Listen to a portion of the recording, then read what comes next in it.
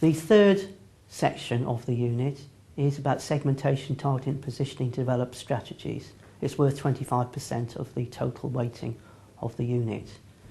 Clearly, what we've identified here in the marketing planning process is segmentation, targeting and positioning being the key strategy tool which organisations should use to identify particular target markets and to develop a marketing mix which positions the product offer in a way which is consistent with the requirements of the customers in that target market. The three-stage process of segmentation, targeting, positioning is very important. So we need to look at each part in turn. Firstly, segmentation. Students need to be familiar with the ways that you can segment markets, not just consumer markets, but business-to-business markets and other types of markets. And so we strongly advise that tutors spend a lot of time going through the different ways that markets can be segmented and looking at how that customer types can be profiled within those markets. The second element is targeting. The process of targeting has two different dimensions: identifying different targeting strategies and then deciding which markets you're going to target. Clearly that's a very important part of any business's decision-making process. Targeting strategies revolve around things like differentiated markets, focused markets, customised markets and so on.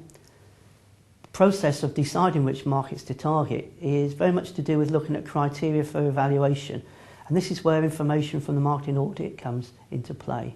The information from the marketing audit gives you the criteria on which you can evaluate the different alternative target markets, such as the size of the market, the number of competitors, and also internally the strengths and capabilities that you have in those particular areas. And those two elements together, the strengths and weaknesses and opportunities and threats, the internal capabilities and the opportunities outside the organisation, need to be brought together into some decision-making process which enables the organisation to identify which markets it's going to target with the marketing mix. The third component of the STP process is positioning. Positioning is about getting the organisation to put together all its different elements of the marketing mix in such a way it meets the specific needs of its target customers.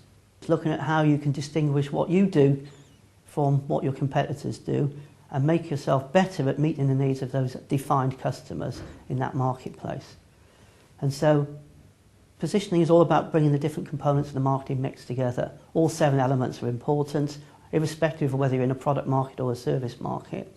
And it's very important to get students to practice how they can combine the different components of the mix in such a way that it's consistent and coherent and integrated and meets the specific requirements of target customers. Again, when teaching this, it's very important, I think, to get practice doing it within your own organisation. So use local examples, as well as using international organisations where information is available on them, to be able to understand the way that markets are segmented, who the customers are that they target and why they target those customers based upon the strengths and weaknesses of the organisation and the attractiveness of markets, and the way that the actual offer is provided and positioned against the competing offers in the marketplace. So use examples wherever possible, use the case studies on the CIM Tutor Zone and get the students to work on their own businesses and share ideas where they have different organisations in the group as a whole.